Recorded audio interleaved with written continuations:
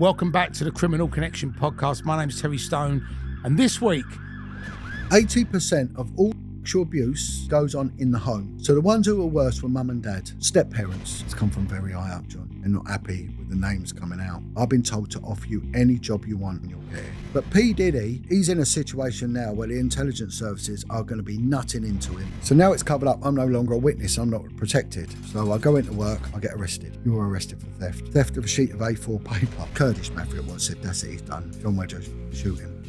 And a guy was sent to shoot me. What happens at Diddy party stays at Diddy party. It gets worse. I threatened to burn down Scotland Yard. The intelligence services are involved in this. They shut the inquiry down. Within a few months, both two kids were found murdered. He said, he went, oh yeah, Detective Chief Inspector so-and-so. He said, he's in my lodge. To the files, you know the pain. Stop it. Go to the police, admit to your crimes and grass the others up. You've no idea how deep this goes. You've no idea what or who you're messing with. This will not ever get out. We had the head of MI6, a bloke called Sir Peter Heyman. He's on the PI list. He's head of MI6, right? So I'm going to get into a dark world now and how this influenced me and how the government wanted me out of the picture for good.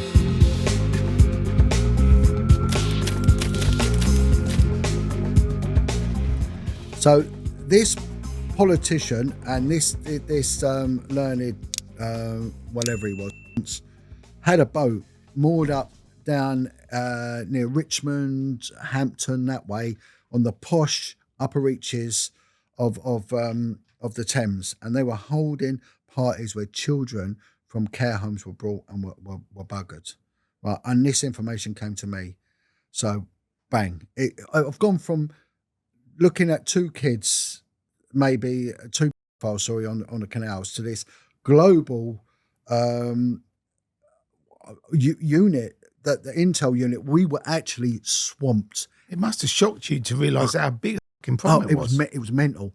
Now the unit, they were doing cartwheels. They loved me, right? They were like, this boy's got to keep going, and It was getting intense. But this guy said, in any other business you do well, your name is now getting mentioned in the corridors of Scotland Yard. Be careful, John. 2 days later, I go into work. I was a field intelligence officer, so I'd go into the River Police, pick up my files, and I'd be gone. I wouldn't be seen for maybe 2 weeks. So just boom, off I went. My covert on my little bike, boom, off I went. And the head of the unit was there, and he went, John, I need to chat with you. He said, unfortunately, Project Tanner was the national crime squad was the coordinator for it. We can't afford your secondment. You're going to have to go back to normal duties. And I was like shocked. I went, well, no, that's not the case, because the head of the PO unit wants me carrying on. And he looked at me and he went, you're a lovely guy. He said, you're a breath of fresh air in here. He said, I'm going to tell you what, I'm not going to lie to you. It's come from very high up, John. They're not happy with the names coming out. And they, boom. And he said, I've been told to offer you any job you want in the old bill and you'll get it. You know, within reason. I can't go above my rank. Right. But so I'll be like going, commissioner, yeah. Give me the commissioner job. Plumed hat and everything. Got my own horse. No, I don't want much. I just want a fucking horse. Yeah. I want to be the police commissioner. Can I have a 1980s Granada? I want a chauffeur. I want a limousine. We drive around dockyards in boxes. But the thing is, what one question I've got for you, and I suppose anybody listening or watching this podcast will probably have the same question. This pedophile information exchange organisation, right? They're basically going out there saying, you know, this is okay. Let's lower the age of consent. Let's basically make this normal, right? Why didn't anybody oppose this? But they did, and I'm going to get on to that, and I'm going to explain what a nut is and how a nut is allowed to operate, and for what reason. And we got to change societally how we look at sex offenders. They're not white men with milk bottom glasses that live with their mum and they're a bit odd. Right. I know you get these pedophile hunters that do a sterling, community service and go out there and catch these people. But some of them tend to be society's low-hanging fruit. They're all a bit odd and they're a bit weird, and it's not really rocket science what they are, you know. But we're talking about organised criminality and the ultimate criminality. Now, what you got to understand is that crime, and you're going to interview a lot of these people, they come from either the lower classes, dysfunctional mum and dad, if they've got one at all. Well, initially they will have, but after that, it's the state deals with it. And they live in rough areas. So, and they'll be either the lower or the working classes, and they'll commit two sorts of crime. They'll commit dishonest crime, or they'll commit crimes of violence. So dishonest crime will be shoplifting, burglary, and then you combine that with violence, you get robbery and armed robbery. And then they smash their wives out. They smash each other up. And I've heard enough of these podcasts. I bashed him, I bashed. It's the same pattern. It's the same algorithm. Right. But it tends to be the shit areas that it occurs in. And in them shit areas, there'll be 5 families causing chaos. And if you take them out, harmony ensues. So it's broken people, hurting people, and on it goes. It's no rocket science. And you can spend your whole career as a uniform copper, which many do, God bless them, but ain't for me, chasing around these estates, nicking them, then you end up nicking their kids, then you end up nicking their grandkids, then you retire, and on it goes, right? It just went. But pedophilia is different. It knows no boundaries. It knows no economic restrictions. It knows no religious restrictions, and it doesn't know colour. I had someone say to me, you don't get any black pedophiles. I said, what do you want about? Yes, you get black pedophiles. You get Indian pedophiles. You even get ginger pedophiles, you know? Really? Ginger people are being... Apparently there might it's be not a new thing. Yeah, you know? But it's like a hot knife through the butter of society. And this is why you'll get someone low down will know someone high up, because that's the ultimate secret society. Don't worry about Freemasonry. Pedophilia is the ultimate secret society, and they've got a secret, and they have got a conspiracy of silence. It's their little secret, you know? And Cosa Nostra, our thing, you know? It is their thing. And it controls global politics. It also controls the finance industry. It controls so much, right? You shut your mouth because we know what you are and we know what you do. And that's it. You want to speak out, good luck with that one. And many people have gone a terrible way. And it nearly happened to me, what happened to me in exposing it, you know.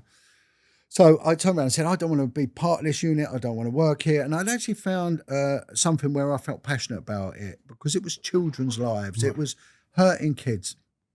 So the job had come out for the vice unit. So this was an elite unit within Scotland Yard dealing with prostitution and gambling. It was a cream job. It really was.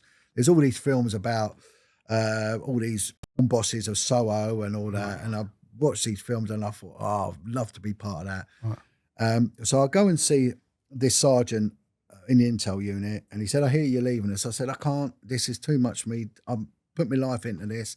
He said, John, it's what happens, you know. It's a wheel within wheels, you know. I said, look, there's a job come out, and it comes out in a magazine. And it's a job description, the qualifications needed, what's expected of you, your fitness standard and all this, and who you got to go to for further information. And he said, well, where is it? I said, it's in the notices book. You see it? And he went, oh, yeah, Detective Chief Inspector so-and-so. He said, he's in my lodge. I went, I didn't know what that even meant, you know. I knew from Belgravia when they'd all bugger off to a lodge meeting. And he went, what, John, I'll ring him now. So he rings him, and he puts on loudspeaker, and he says, oh, hello, brother, you know, that sort of nonsense. And he said, got a good lad here, he's going for that job at Vice Unit. He went, oh, yeah. So just sponsor him, yeah. He said, right. Got pen and paper? Yeah, pen and paper. Right, he's going to be asked this question. This is the answer. 20 questions. I was given every question, every answer. And that's how this brotherhood works. And that's how it works, right? And he went, right, as long as you put your name to it, job's this. Did he invite you in? I got invited for an interview. I did the best out of all people interviewed. You know, the questions I would have even not known. Right. You have to research your unit. Right. And you have to know it to a better degree than someone who's on it. Right. So the book of law is massive. So if you wanted to go into like traffic, you'd have to know every law on traffic before you even went for the job. And it's hard work. It's hard work. Anyway, I went into the sex industry. So he said, right, you're on what they call a Tom squad. So prostitutes, I call them Toms. And that comes from Thomas More's, you know, the Tom squad. And this was the maddest unit I've ever been on. It was crazy. And it was all on the street. And you were just hoovering up the street walking and that was it. Because the ones that actually work from buildings or offices or from establishments, they get kind of left alone. That is split. Now, one girl working on her own does not full make, right? Under the Sex Offenders Act and the acts involving prostitution, 2 girls in one building makes it awful. One on her own doesn't, so it's a loophole. And it's an economic thing there. If you're thinking of setting up a brothel, this is work on your own. Work on your own. Don't work together because it's a house. And it's a and then they were setting up with these saunas and all that, and they'd advertise in again the local. Those saunas aren't really saunas then in London. Yeah, shocking, isn't it? Shocking, I always wonder why there's so many saunas in London. Massage, sauna, and it's. But they would advertise, and what my job would be to ring up, so and so sauna, say like the Ilford sauna, right? So I'd ring up. Bizarrely enough, we end up doing loads in Essex, in Leon Sea and Southend and all that, loads out that way. But you sort of ring it up and I'd say, what girls have you got on? And they'd say, our main was for looking for young girls. And I'd say, we've got so-and-so, she's busty, she's blonde, she's 30 years old and all that. But if anyone was 18, we knew they could be under that age. Right. And she's from Italy. Well, you knew she was from Albania, not Italy. Right. And then we got an immigration, we got a trafficking element. And we go along to and they'd send someone like me in first as a customer, give me a couple of quid, and I'll pay the door money, which used to be a tenner, open the door, and then I'd wedge the door open with my foot, and everyone would pile in and go around just booting doors open everywhere, please, please, please, and just catch people, in the rooms and all that sort of stuff. I thought you was going to tell us that you actually went in there and you had to pay the girls and actually do real undercover stuff. Some did. Right. So they were allowed to have a massage, but there was nothing sexual could go on. Well, I take it they said that nothing happened. Of course. And it was always one of the things, they had to make their excuses and leave. Right, okay. We're all. Right. And they used to have in the unit, they had the obscene publications unit, and it was this room, and it had these booths with curtains around them, and there'd be about 10 booths in a row, and officers would just sit and watch all day. Right. And every 6 months, someone would come in and deep clean because they knew that officers would tug off, and they would. They would just be watching. And one guy. It's like you're getting paid to fucking watch and knock one out. It's just insane. Paid to have a jog roll, and one girl, because they get things like animal and all that, and she said it doesn't affect me anymore. And I used to sit there and think, why has that dog got gloves on or socks on their paws? And because it would stop them scratching, and that's too much information. But they'd write down a manifest, and they'd write it all down, and then they'd see what is. But the vice one we would. But the animal, that was a big thing. Yeah. It was all sorts of all sorts. But the brothel, so that would be. But the street one was a different scene. Right. I actually had no respect for the girls that worked at brothels because they didn't pay tax.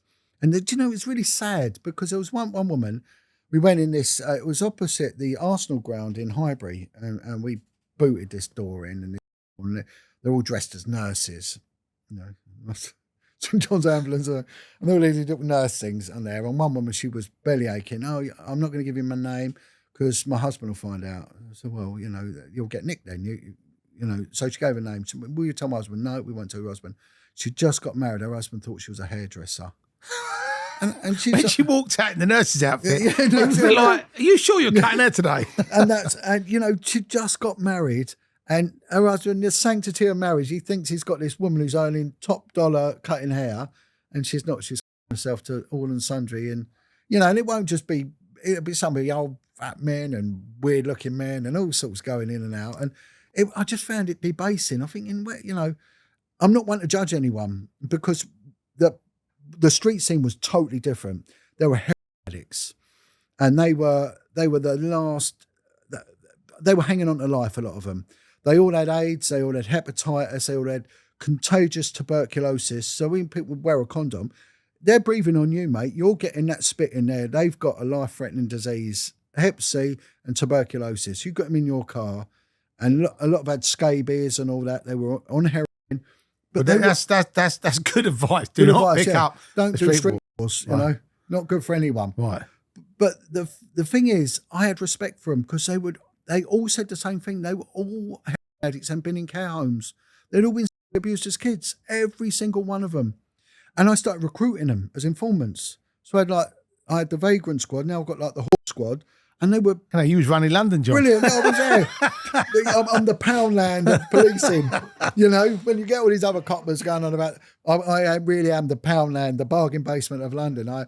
That was my thing, was on the street. And it was really weird because with the balls, they would do a financial investigation, and they'd have to go and take statements. And some of the girls had come from Thailand, from Ukraine.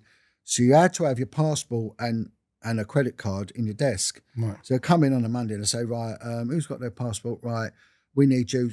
Get the flights booked. Off you go to Thailand, take a statement, liaise with the police, or go to Lithuania, and they're all, they're all going. So they take them back home, basically. They go out to take the statements abroad, and they repatriate the girls, and then if they've been trafficked and all this, and they say, Wedger, you're at Bethnal Green, you're at Brixton, and they're literally, the girls are actually trafficked from these countries and brought in. Some, right. yeah. Some it's a choice. Some have made their way through Europe doing it, and in England, but some have been trafficked, and some get caught in a coercive relationship, and a pimp takes their money, and it was more a financial investigation. But you can then seize property, sell that property, and that goes back into policing. But I end up on the street scene, so there's no recoup of money there because these girls are just on the crack, and that's that. But they would say to me, John, we were all brought up in care homes, right? There's kids out here, and some of the punters want young kids. And one said to me, he said, you turn up tomorrow, there's a little girl, she's round the corner, right? She's got everything. She's literally dying on her feet. She's 13 years old. You'll catch her. Turn up. There's guys that wait for her because she's little. Sure enough, I caught her, right? Caught this little girl. And she was tiny, skinny. She had AIDS and tuberculosis. She was 13 years old. And there was nothing of her. And she looked like 9. And she's on the street, and she's on a rough part of King's Cross. I mean, a rough, horrible. It used to be a bad there. Front line, awful, terrible place. It was rough. The Caledonian Road. We used to work around there. When we was doing the clubs, we used to do Begleys, and it was Begleys, yeah. like it was like the Wild West round there. there. St Pancras Way and all down there, yeah. But at Scala, there used to be like the island thing in the middle, and that's where all the houses were. And so I get this girl and I chuck her in the car and I take her into safety.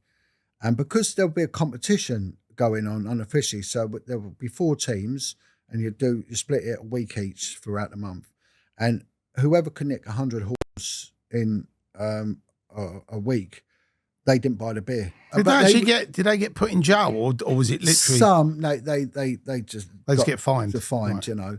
Fined. It was a funny one day. So the superintendent comes down. He said, John, we got the head of vice for the Austrian police coming out, a guy called Arnie, and he wants to see how we police. He said, unfortunately, you're the only one. Got to go. They didn't want putting these people with me because they didn't know what they was going to get when they come out with me. So we were in the car one day, and we're driving along, and there was one girl, her name was Sandy, bless her, big glasses. She was a Tom, and we see her. We chuck Sandy in the back. I said, come on, Sandy, you're nicked. She went, what for? I said, loitering. She went, no, come on, give us a squeeze, John. I went, no, get in. She went, no, it's out of order. I said, Sandy, I'll buy you a bag of chips. She went, can you get me a sausage? I went, yeah. So I went and bought the sausage and chips and took her in, booked her in for loitering, right? That cost her 50 quid, that sausage and chips, you know? Right.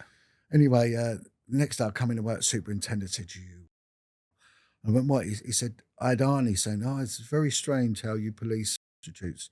He said, John saw one. How did he know she was prostituting? And the superintendent went, he's got a good nose for it. He goes, but he buys her chips and she admits to it. But it was just all wrong. But anyway, I've got this girl. Police corruption. Again, at the lowest level. Corrupting them with chips. You've got officers that are going on holiday with Kenny Noy, and I'm getting cod chucked at me. And and stuff like that. Anyway, so I get this little girl in the car, and I'm taking her to a place of safety. I want her off the street. I'm not nicking her. And then I get a call, comes through on the mobile, get rid of her now. I went, what do you mean? Get rid of her. She's got scabies. She'll infect the car. No. I said, I'm bringing her in. I went, no, you're not. And I did. And I got in a lot of trouble for it. And they said, we've got to deep clean the car now. You'll never, and the thing was, you see the kids out there, you leave them. Right. Anyway, a couple of weeks go by, and the boss of the unit comes down and he said to me, John, there's a girl, she's been put in a care home in Cambridge, secure unit. So we've got these secure units all round, and they're prisons for kids, big high seat. You don't know about them, but they're there. These are kids that are murdered and dangerous kids, highly disturbed. And they've all been sexually abused, all of them. So I go and see this little girl, and she's tiny. She's 13, but she's little. And she hates the old Bill. She hates everyone. And her mum's a junkie, and she got caught up with all the yardies. They were all shagging her again. So it's not just the weird white men. There were like 20-year-old yardie boys who were having a go on her and the whole lot. And anyway, I got on well with her. I took her out for a cigarette. So I got in trouble for that because I'm letting a 13-year-old smoke. I said, but she was on her own crack, come on, she's in a kid's home, But she said, I'll tell you everything, John. I'll tell you everything. And I used to draw pictures. I'd sit there, I'm good at art, so I'd sit there and draw silly pictures and just give them a pen and they'd start drawing. In the end, the rapport would start. Right. Very base level. It's just compassion. And she said, look, there's loads of us out there. We're being picked up, and it was a woman prostitute that the police knew about. It turned out they'd known for 15 years. She had a vice ring with all these kids from care homes, travellers' sites. They were all, in fact, the youngest kid we dealt with come from a traveller's site, 9-year-old kid. Wow. Right.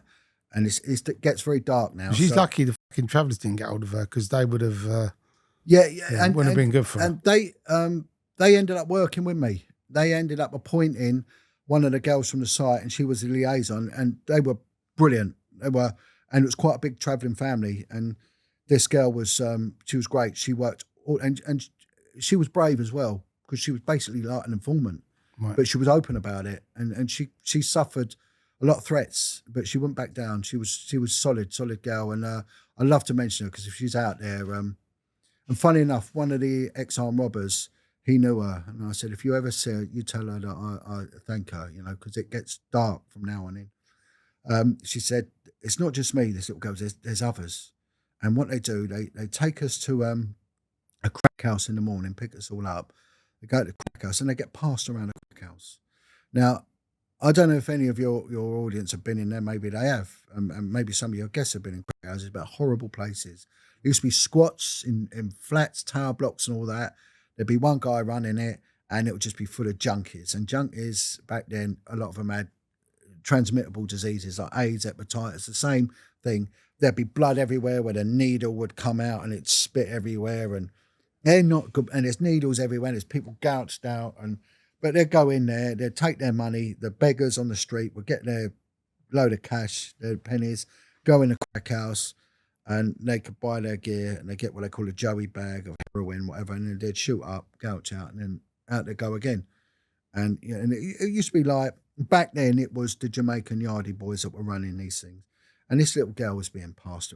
And when I mean little, and some of these Jamaican boys were big lads, they must have hurt her, and they were passed around, and then she'd be taken into an area called Sussex Gardens in Paddington, where all the builders that were working in London would be. So it would all be these white vans in these cheap budget hotels, and they had an agreement. This prostitute called Foxy, she had an agreement with the hotels that she could rent a room for an hour, and then these builder guys, they were family men, were going in and taking these little girls, family guys, and then she said after that they take us to Curzon Street in Mayfair, the most wealthiest real estate in Europe, big, and they were taken to an Arab restaurant, and they were passed around for £2,000 per girl, where these wealthy Arabs were and that would be their day, and they were given crack and heroin, and that they started off with cannabis, and then it went to heroin. No one will ever tell me cannabis is okay. Right. Under wrong circumstances, man, it takes people to hell, that stuff, and that was their life. And so I'll go and meet her friend. Her friend was smaller than her. Her friend was tiny. She looked like a possum. She had big eyes, a mixed race girl. And she told me the same story. And she said, John, there's others. And she gave me the names. And then we ended up linking in with her. How many of them was there? 36 on that little unit. 36 within a very short, bear in mind we're told there's none. The Traveller girl was 9 years, a 9-year-old kid. And they all come from care homes. They all preyed on from the care homes all around sort of central London. But it was spiraling bigger and bigger. It was going out. But they all started saying consistent thing, that the woman running it was shaking coppers. There was a copper at Paddington police station she was in with, and he was passing info. There was a judge at the magistrate's court. So when this prostitute caught loitering, because she was loitering herself, he would always let her off. So when I got the, what they call a disposal history, the criminal history from the court, she was getting condisses, not getting fines, conditional discharges each time, because she was going before this judge at this one court. So she was going to Horseferry Road Court, and he was dealing with her. And of course, this copper in Paddington was making sure when she got charged, she went to Horseferry Road and not to the usual Tom Court, which was Bow Street. You think, I know you said, obviously, when you highlighted this, you got in trouble for it. But for me, it's sort of like, if it was my organisation, I'd be so embarrassed. I want to make an example of them fucking people. Well, because it gets deep and it's connected. So we ended up with all these kids, and it was worrying because there were Jamaican gunmen involved and everything. So a contract got put out on me. There was I forget his name, some yardie. They got these street names, didn't they? Soldier, Dog, and all this nonsense. Grown men with silly kids' names. So he was given the contract to shoot me or stab me after when we nicked the shoot and had her on bail. So a mention hearing, he was going to do me. But at the court hearing, it was a 10 a.m. hearing. He didn't get out of bed till 2. So I wasn't too worried about the Jamaican hit because they couldn't get out of bed. The Turks were different, but the Jamaican. So that was a second contract out, and I sort of brushed that one off. But they mentioned about someone high up in the BBC, a copper and a judge. So I then get this intel, and my colleague, there was 2 of us working on the case, and we were both struggling with alcoholism by this point because there were no smiles on this unit. We were really... It's fucking dark. Yeah, we were going downhill quick, going very quick. And we started working with a profiler. So we'd go out to Southern Ireland and we'd sit and we started learning about the psychology of pedophilia. And we ended up in a very dark world very, very quickly. What is the psychology? I mean...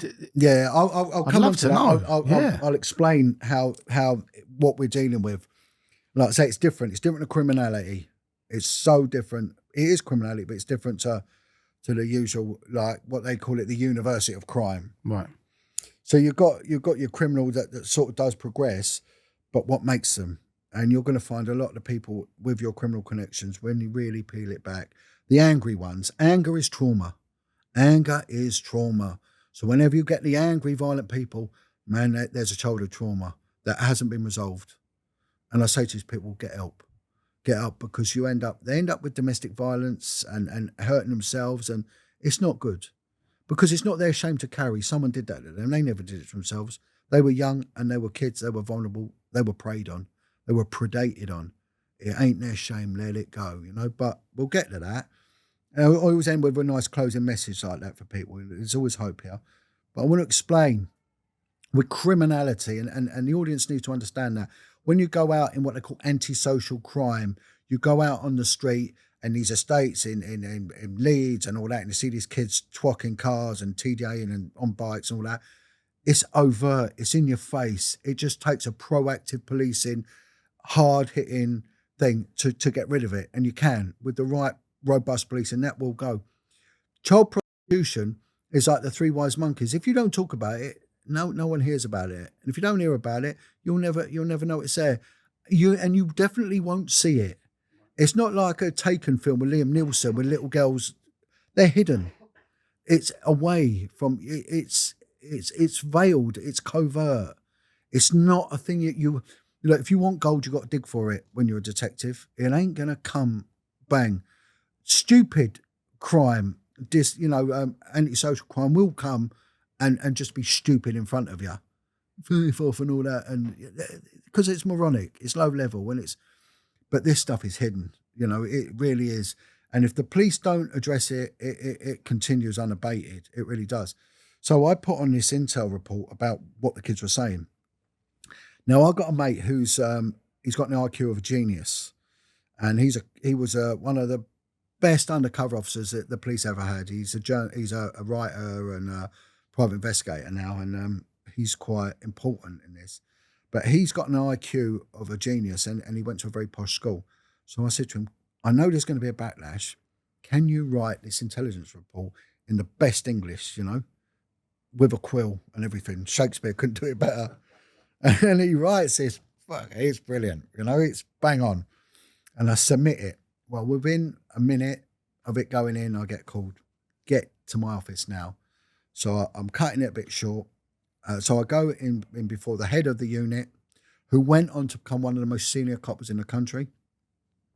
And he said, what the effing hell have you done? He said, if this ever gets out, we are effed past, present and future. This will not ever get out. John, he said, you've no idea what or who you're messing with. You've no idea how deep this goes. And he said, you will lose everything, your home, your job and your children. I know you've got kids on your own. You'll lose them. You must shut the F up. He said, I'm warning you now. And he was serious and you could feel it. And I was shocked. And he said, have I bullied you? And I went, of course you bullied me. You threatened my kids. He went, if you ever mention a word of it or you complain, the complaint will go all around the Met. The commissioner will even sign it off. It will come back to me and it goes in that effing bin. Right? I will not betray fellow rank. You've no idea what you're up against. Well, I didn't, but I do now. I was up against an organised crime network that was exploiting children for sexual purposes for whatever means. And I think some of it was for political, means as well, because drugs you use once, kids, you can use them a million times. And these kids ain't going to say anything because they don't think they can, and they don't know who these people are. And a lot of these kids are inarticulate. They've never been to school. So you're basically saying, John, there's a criminal organisation that basically does this, but it's infected all areas of society. Every level, and it will involve the police. They'll acquiesce to this. They'll be turning a blind to this. The intelligence services are involved in this. The head of our intelligence service, Sir Peter Heyman, was a member of PI, and he was head of MI6. He's a pedophile, and it's out there. It's open source, convicted pedophile. Do you? I know this sounds like a mad question, and it probably you might not even know the answer to it, but because you were talking about the ritual stuff and the spiritual stuff and the bloodletting and all this stuff, is that? Do you think there's a sort of like satanic?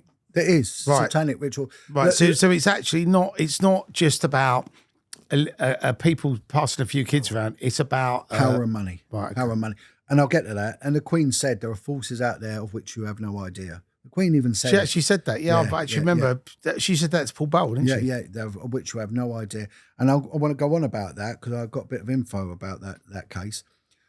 What happened was that case was shut down. That was on. Bang, they pulled the plug on it. And I said, I can't work here no more. And the guy said, no, good idea, you don't. And then he said something strange. He said, pick any job, you'll get it. Right? Any job, you'll get it. I said, well, I want to carry on working with kids. And I said, I want to work with child protection unit because I knew that I was making a difference. And he said, put his hand out. He shook my hand, grabbed my hand. He went, if you ever look into child prostitution again, you're finished. And I warn you, your job, your kids, was it your job, your children and your home, right? And I had to make this undertaking. Well, what happened then? They shut the inquiry down. They went from 36 child victims, good child victims, credible, which we interviewed. They went down to 2. Within a few months, both 2 kids were found murdered. Now my mental health, if it's bad, it's getting terrible. And there's something telling me this is wrong. I go to Haringey, which is, again, a very intense inner London area, the most diverse borough probably in the world. And I go there as a child abuse investigator. And all of a sudden, from straight away, I'm giving cases, right? Whereas Vice might have what we dealt with was the biggest case they had, but if a prostitute gets raped, there'll be 6 officers on it dealing with it. I go to this child protection team and instantly I'm given like 6 child cases, attempted murder of a kid, and every officer in the room is the same. Out of 6 detectives, 3 of them were functioning alcoholics, registered alcoholics. It was and it was awful, the heaviness. And I said to this sergeant, woman sergeant, again, no respect for this woman, she's part of the cover-up, in my opinion. Have you got any children on this borough that are being used as prostitutes? She said, no. She said, although we do have governance, if there's allegations of kids being involved in it, prosecution should go to the vice unit, but if they're being sexually abused, the child protection, it's all to do with remits that cross over. Right. And of course, with the police, if another unit can deal with it, well, then they've got it and you don't have to. But of course, then they'll do the same, so no one deals with it. So it just keeps getting passed around. That gets passed around. Exactly that. I did a Venn diagram for the government inquiry on how these kids get through the net and like baby P get killed. She said, there is a girl who's dealing with it, but she's on maternity leave, or Kel Surprise. You can have her job. She did it for 2 years. Not one kid in Haringey is being used as a prostitute, not one. And you'll go to a meeting with social services and all these NGOs for kids. They last about an hour, then you can go home. Was the baby P thing in Haringey? Yeah. White Hart Lane. It's just around the back White Hart Lane station. I'll come on to that. And so I said, okay, can I have that job? She went, yeah, you can have it. But as long as you do investigations, you can look at this as well. So I'm there, right, for 2 years, not one case. So I get social services to fax me a list of the kids' homes. They got more kids' homes than any local authority in the country. They've got 26 kids' homes. So I ring up the first one and I said to them, is this so-and-so children's home? Yeah. How many kids got? 5. Well, I'm detective so-and-so. No one's in trouble. How many kids do you lose at the weekend? And now, again, police missing persons, they get the stats on missing kids as well and do fuck all with it. So he said, well, we've got 5. 3 of them get picked up by different cars. We lose them on a Thursday, come back on a Monday. What state they're in? Off their heads on drugs. The girls are, boys as well, but the girls will be blood coming out of them and all sorts, you know. So what's happening to them? Oh, yeah, they're on the game. They're working in saunas, they're working. And they're quite happy for them to be picked up. But they can't do anything about it, right? And what they're saying is, we do tell social services, they do nothing. We pull it on the missing person form. The missing persons have done nothing. And the police, your lot, do nothing. I went, right, okay. So that's 3. So within 10 minutes, I've ring 3 homes. I've got 10 kids. One had 6 kids. 5 of them were in on it. And the sad thing is, the kids that got caught in it, they would then get their mates involved in it and say, look, if you make an allegation that your mum and your dad are fiddling with you, you'll get put in the care and you can do this with me and make money. So they're getting boyfriends, which usually were Albanian or Kosovan lads, were like the Romeos. This is how grooming works. So we're going about these grooming gangs with these Asians. Yes, they go on, but they were only 1 in 10 of the cases I dealt with. London is the most diverse city on the planet, right? So we were getting Latvians doing it, Lithuanians, Jamaicans, you know, Polish. Was there when you look at all the cases that you investigated and solved, was there a group of people that were worse than others, or was it pretty much spread out amongst everybody? 80% of all sexual abuse and all trafficking of kids goes on in the home. So the ones who were worst were mum and dad, step parents as well. They were the worst by far. And then the state has to intervene, right? So what happened then was, by the end of 3 days, I found 50 kids. So I held a meeting. So I dragged all these people, oh man, there's 2 major kids charities, right? And one of them sent their, what they call SPOC, single point of contact for child exploitation over. And I said, look, this is what we got.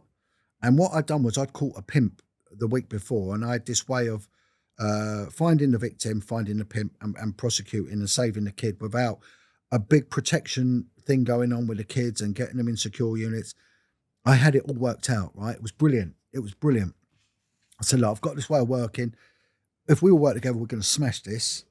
And then the next thing, this woman turned around and said, you're treading on toes. You're not to do this. I want this shut down now. And she went high up in the police and got that shut down straight away. Did you ever consider like just hiring someone to just break the pimp's legs with a baseball bat? That might have been a good... Yeah, without a doubt. I mean, things did go on, but the thing is, say like with a pedophile, right?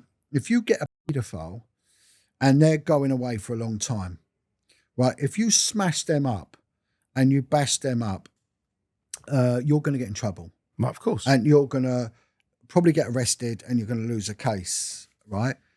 But you've also, if you do surveillance on as a police unit, you do surveillance. It's labour intensive and it's hit and miss. You turn that person into an informant, you ain't got to do any surveillance. You've got living surveillance. So they become your informant. So you go and see them in prison where they've got no friends. They're in trouble now. They've got no access to pornography. They've got nothing. So you become their friend and you say, right, now you work for me. I want to know everyone you're in on and everyone you're working with. And this is why this segregation in prison is a double-edged sword. Yes, it stops them getting battered by the other prisoners, but also it stops them sharing information with the other prisoners. Right. Because if there was a pedophile there that was supplying kids like the P. Diddy to celebrities, don't you think they'd share that with everyone so the world would know? Now you brought up P. Diddy, we got to talk about him. Yeah. We got to talk about him because he's been in the news extensively, and there's been videos of him beating up girlfriends. There's Pimp allegation. I mean, he's been pretty much, his parties were with pretty much the A-list of the music, fashion, film, reality, government. You know, what's your view on that? Look, with the P. Diddy thing, we had it over here because if you give me 5 minutes, I'll get straight to that in the right place. Yeah, fine. So what happened then was I get moved. I ended up dealing with a baby P case, and that has its own story. And you told me about he was doing this mad shit where he was doing that with a baby. Well, but why would they do, these people do it? Because they're broken. They're broken. And what it is also, look, a lot of it's not corruption. A lot of it is laziness and incompetence. Lazy police officers and incompetent officers and lazy social workers, and especially on child protection, because you've got the women that want to get home for their children. Because I looked at a newspaper article on that, and I don't know if this is right. You was on the case, you'll be able to tell me. But there was there was something like 15 things where the baby had been injured and had been reported, or it might be more.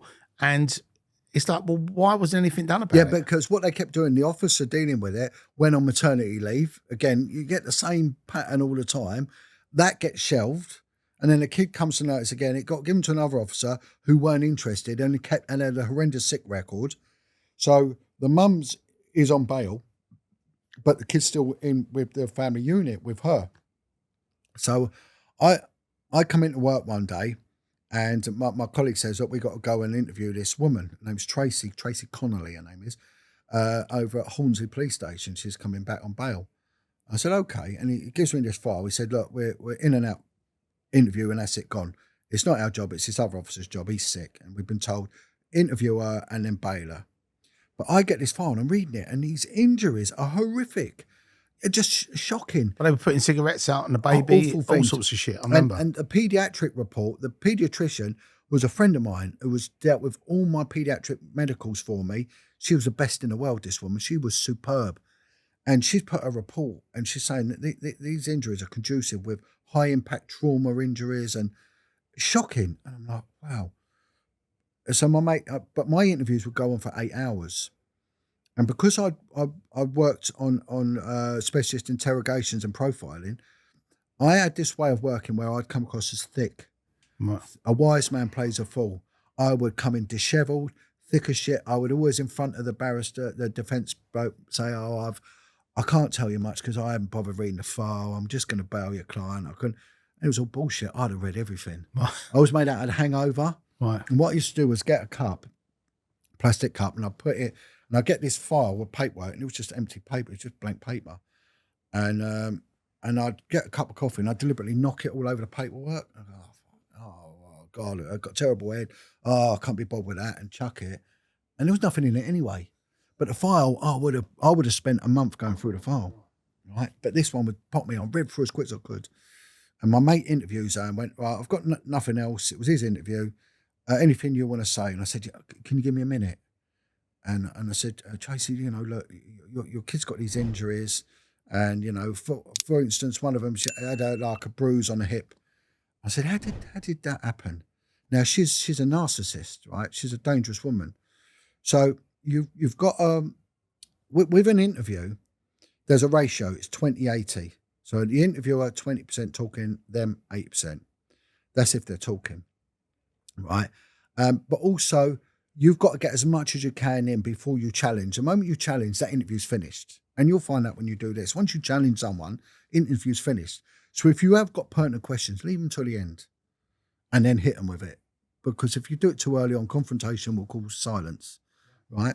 So I was going on, she said, I'm a really good mum. She said, if my boy's naughty, he has to stand on the naughty step. I went, oh, that's nice. That's a good thing to do. You know, they're saying things about you, you're under investigation. She said, oh, it's all lies. They're liars. They don't like me because I'm headstrong and she's a bully, right? I said, what about this, Bruce? Can we clear these injuries up and pull it to bed? She went, yeah, of course. I said, how'd he get that? She said, oh, he fell off the sofa. Now, I want to know everything about this sofa. How high is it, everything? And she went, oh, it's about that high and it's soft. And fell onto what? She's got hard flooring. If he fell on that, maybe cause a bruise. I'm going to stop her using stuff she might use in court to get herself out of it. So I want to shut all them doors, right? So she can't go in court and say, well, we fell onto a hard stone floor. Of course he's got bruise in there. I don't want that. What was the floor? What described the floor and everything? She went, oh, we fell onto like a beanbag. Well, let's talk about the beanbag. So, and then what you do is drive her mad. yeah. But then what you do is you get them to take ownership. So you're saying your son was that high off the thing, he fell off, and he went onto a beanbag, and it was like a soft landing, and he bruises easy, and that called that. So she can't now say he fell up from 6 foot onto hard flooring, which would medically say that was what that injury is. The paediatrician says that's a high impact trauma injury with a blunt instrument conducive of a fist, right? So I fucked her now. And I'll go through every injury around the mouth. She said, oh, it was another kid, hit him in the face with a sponge teething ring. So we had to go back to teething. How old was this other kid? I was the same age as him, 18 months or something. So it can't be like a 6 foot, 15-year-old kid who's hit him with a knuckle, you know, because she could say that beyond reasonable doubt. If there's a doubt, she wins, we lose. So I've now shut all them doors, right? But I've let her lie. And I've come across as thick and stupid. And she has now sealed her fate. So I said, that's Tracy, I'm done now. I said, however, let me just go through the independent paediatrician's report and we're done. She went, yeah, okay. I said, so this injury you said caused by this actually was caused by high impact, boom, boom, boom. This is a woman with 30 years experience, working all around the world. And I've debunked everything now, right? Well, she don't like it. You know, she's realised I've outdone her. I'm not actually an idiot. I know what I'm doing. And game over. And she went from this quiet, placid, reasonable mum, naughty step. She stood up and you saw this beast come out. She stood up, she gobbed in my face and she went, you, C-U-N-T, you. And I said, and that is a monster your child sees. End of case. That's it. Bang. But the guy I was working with, he bailed her and I said, no, we got to remand her and do our house over. Next day, kid was dead, you know. And that's the sad thing about it. But if we go back and at least if they'd have listened to you, the kid may have still been here. But when the government, when something like that happens, the government have an inquiry and they lock it down. So they send these people who know what they're doing. It's called a Part 8 review team comes in, a Home Office hard-hitting team comes in. They dragged every single officer in and they ended up, their careers were ruined after that. Anyway, they called me in and they said, yeah, you don't have to come in, John. And I went, he said, and we want to commend you for what a good interview. Well done. Said, however, you never asked, was there anyone else in the house? It's like, oh, right, yeah, of course I should have done because there was a boyfriend there and he caused the injuries. He said, but when it comes to an interview, 10 out of 10. And out of that, I got offered a job teaching and I ended up teaching interview skills all around the world to detectives on the back of that. But what happened with this case, when I had this interview, they shut it and I get moved again, right? Now, I'm now in trouble. I'm drinking heavy. I've got the kids at home. I'm in and I keep thinking about these 2 kids that are dead, right? It's bothering me. Jimmy Savile dies, right? And this was a watershed. Jimmy Savile's now dead. And now all of a sudden, these victims are coming forward. They're saying, he abused me, And there weren't just 1 or 2. They tried to cover it up, the BBC. Dame Janet Smith tried to do her own adjudication and say nothing to see. It was overruled. And then the dozens went into hundreds, went into the thousands, right? But on top of that, police officers were coming forward and saying, well, I spoke out and I was bullied. Now, there was two. There was a woman in the north. Sounds like what happened to you. Yeah. Exactly. I thought it was on my own, right? And I'm sitting there, tears were coming out of my thing, and thinking, they've done me. I weren't lying. I was, you doubt yourself. You end up, especially when you work in a disciplined organisation, there ain't no way you can go. The police aren't subject to employment law. They can do what they want with you. And there's a lot of cops kill themselves. It's, there was a copper, a detective in Manchester exposed a Rotherham case, right? So an MP gets in touch with me and says, I heard that your certain thing happened to you. Do you want to meet this officer? So I went, yeah. So I went up to Manchester, met with her. Same thing. She was threatened and everything. And then there was the Jersey, Haute de Gouraine Kids Home in Jersey, where kids weren't just were abused in this kids home. They were said there was devil worship and they were murdered. Right now, the officer was a bloke called Lenny Harper. Right, senior officer as well. Same thing. He spoke out, and not only did he speak out, what he did was he went and to the basement where it happened. And the kid said, if you go in there, you're going to find blood on the walls, the tiled walls. There's a bath there. We were put in the bath. The kids were cut open in there. There was all these white older men were involved, were having sex with us, beating us, whipping us, and they were chanting things. And there was all this ritual stuff. You'll find that there's bodies down there. Well, what the care home had done when the exposure come, they flooded it with sewage. And he took like time team with him, anthropologists, and he took a bloke called Martin Grimes, a dog handler. Martin Grimes is a dog handler that went out to the McCann case. Right? Best dog in the world, smell anything. So he goes through with an archaeologist with his little spoons and trowels, and they find him bone. Gives it to Grimes' dog, it knocks it. And the knock means it hits it, right? So this is human remains. Now there's only... apparently we smell the same as a pig, right? Where every organ in a pig will work in us, and pigs, they burn their skin. We're basically talking pigs. Pigs, we are. But how many religions don't eat pork? How bizarre is that? There's not a monkey organ works in us. Every single pig organ works in us. Maybe that's why they don't eat, because we're somehow related to pigs. Yeah, it's strange, But the other thing is they smell the same. Right, and they have collagen on them. The collagen is sort of protein layer, and we have it. And anyway, this anthropologist says, right, that's a human skull of an 8-year-old boy, right? Anyway, bagged up, everything. He's done a good job, Lenny, and it's backed up everything. The kids, there's blood on the walls, everything. So it's ritual abuse and murder of kids, but it goes right to the heart of the Jersey establishment. But Jersey's a small island. Jersey's got a strange system where you've got the police that are trained to a national police standard, but the landowners, their children, on a feudal system, are allowed to become police officers without any training. And some of them had convictions for rape. So Lord so-and-so Snotworthy, his children could instantly become the honorary police of Jersey and turn up at parades, and of course some of them were involved in. But Lenny sends the bone off to the lab, it gets intercepted, diverted to another lab, and it comes back as a coconut shell. It all gets covered up. He gets threatened. So not only that is her, there's him. I'm thinking, brilliant, right? I'm going, and that's it. So an MP that was in charge of policing, he backs me. And I said, look, I've got all this evidence. And what I've done was I kept the paperwork, I had it all. And he said, give it to me. I'll lock it away in Hansard's in Parliament. Go for it, John. So I started then working with, seeing a lot of child abuse survivor groups started cropping up. There was quite a notorious guy, a brilliant man in South East London, had been in a care home, a tough guy called Billy. I linked in with him and we started doing a lot together, and it was just getting mad. I was just getting flooded with people saying, look, it went on. And then what happened was, they said, speak out. So I made allegations of corruption against these 3 main officers. Right. So, I get taken seriously. It's really strange. So the corruption command, I said, I need to speak to a high-level female officer detective. And they kept sending me a uniform copper. And I went, no, I'm not talking to no uniform copper. It's got to be a senior woman detective.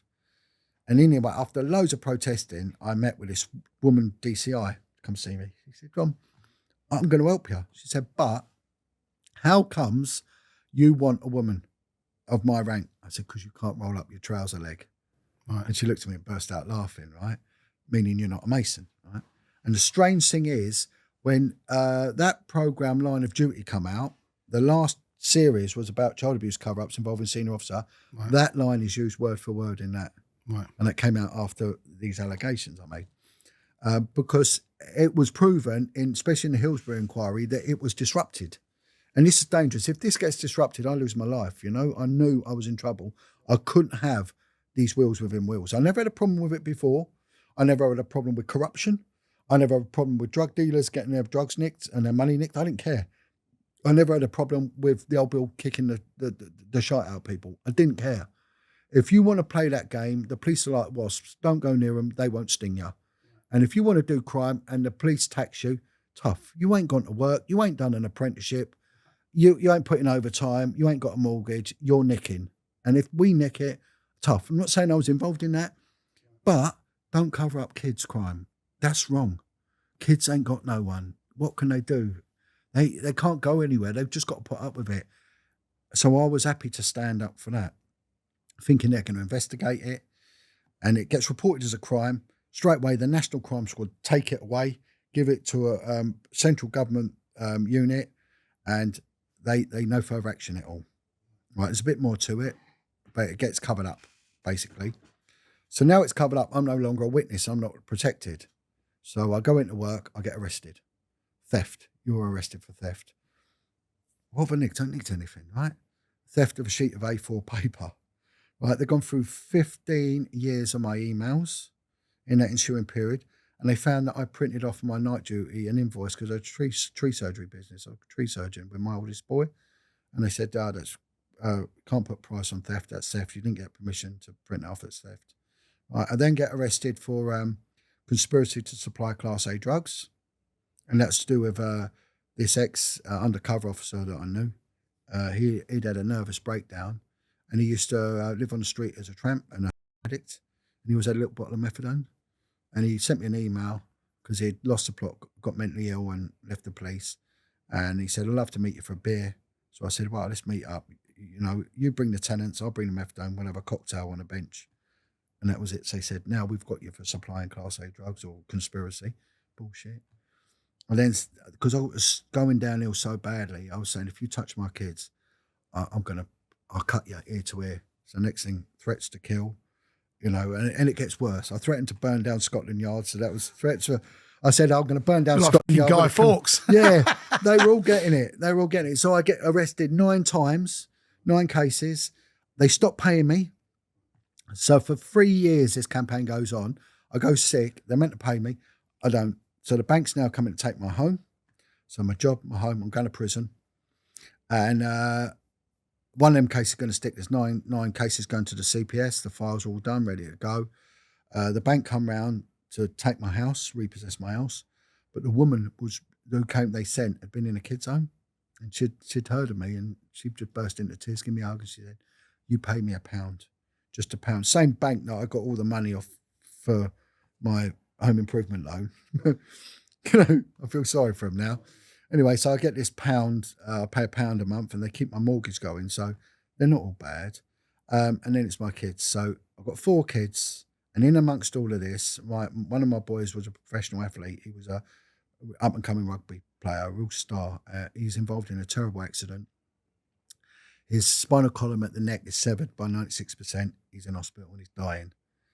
I go to the hospital, he's in comas and all this. I've got no money. It's shocking. But he's in a hospital miles away. He gets airlifted there. He's there for quite a while, and he's got 96% paralysis in his body. From his eyes down, he's paralysed.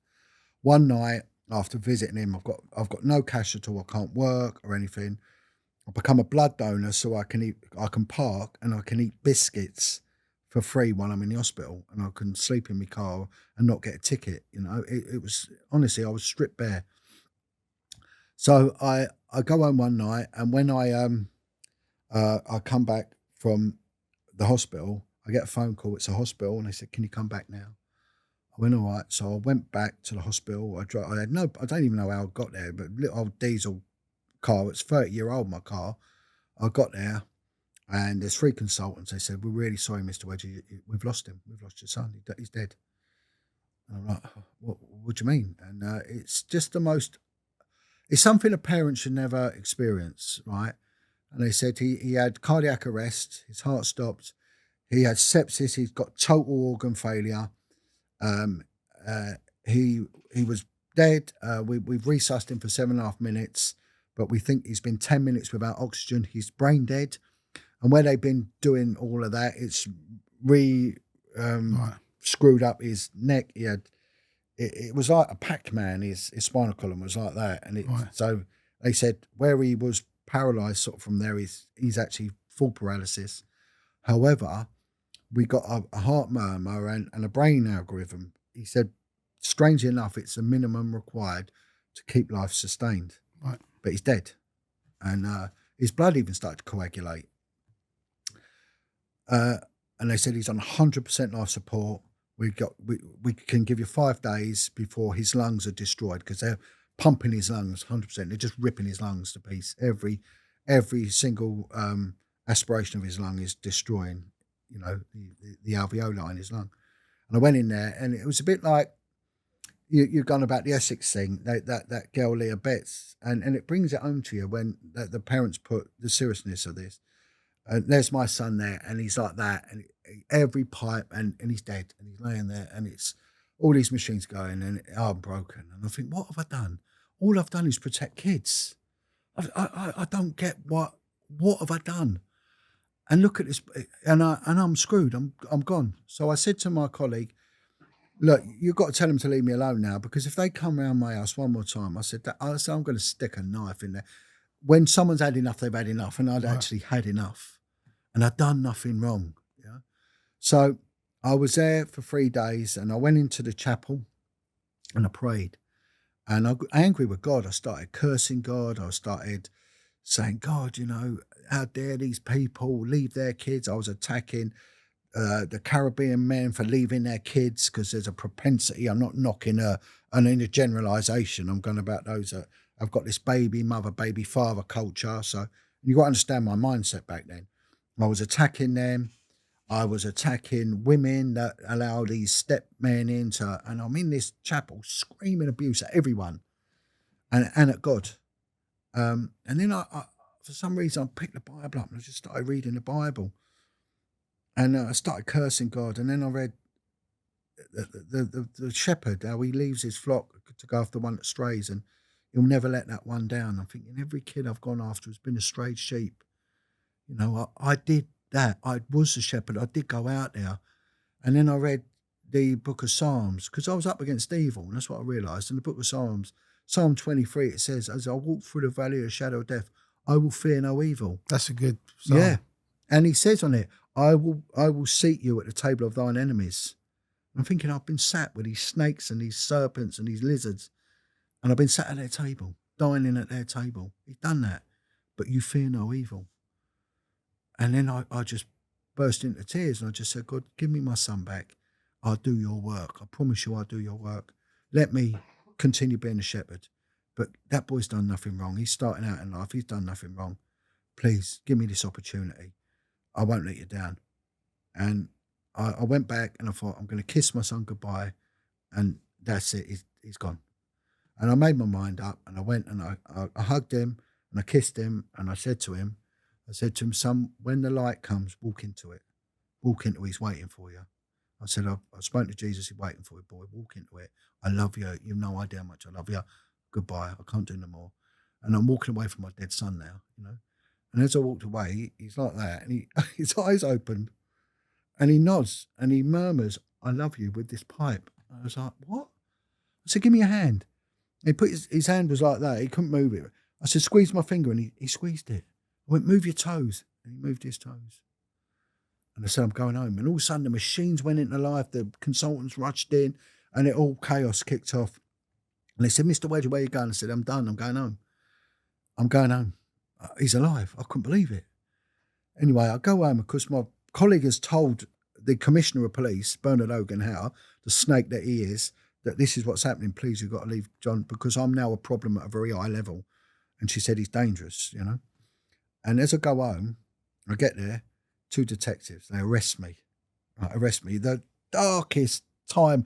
When you get your criminals saying that they have hard time, they do it to us as well, you know. And they said, you're under arrest for child abandonment. I've left my 15-year-old home alone with my 23-year-old. The Met Police had told the local constabulary that I'd left my son home alone starving. That's what they'd lied. They'd lied.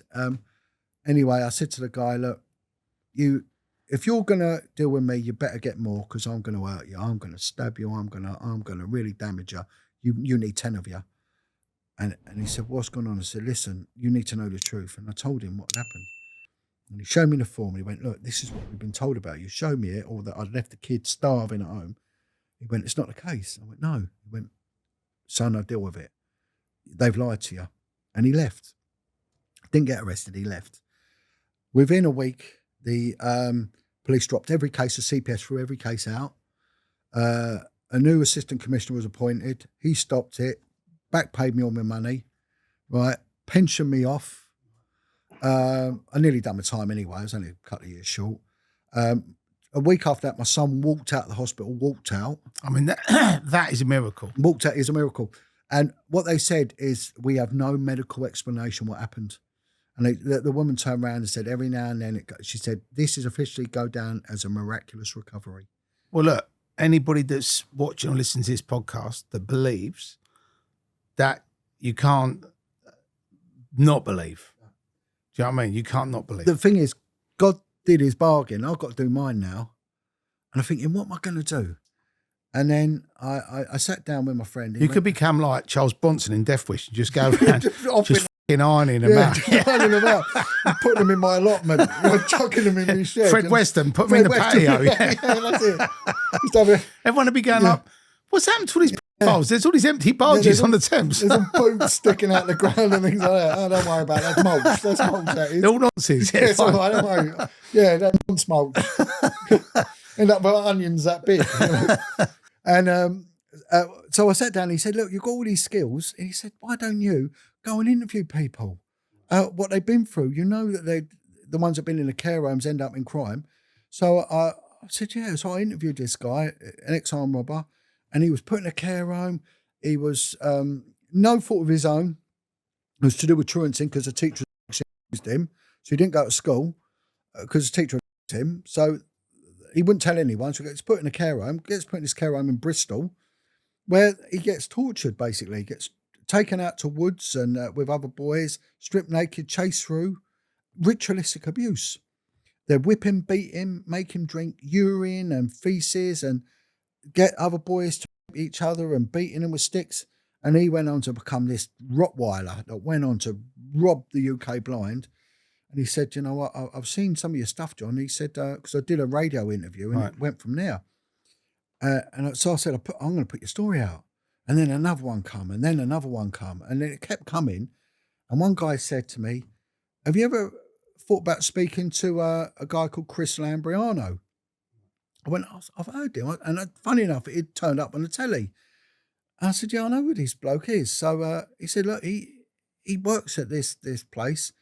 Go and see him. So I rang up this rehab centre full of survivors of sexual abuse. And I said, does Chris work here? Well, who wants to know? I said, look, here's my number. I'm an ex-detective. I'm a friend. I'm not coming as enemy. So this meeting's set up in this garden centre and I turn up. Chris thinks I'm fishing for information about the Cray Twins. And I'm not. And I want nothing to do with them.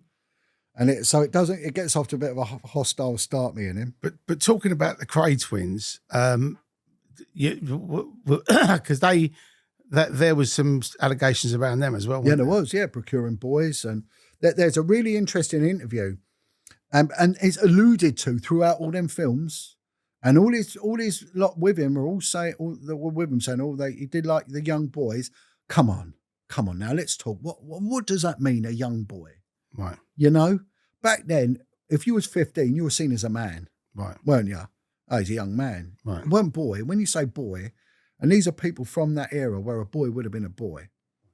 And it annoys me that it never really got out. And then I started realizing the secret of their success. Why is this protection? What is covering it up? And I was to find out all of this from what I was doing.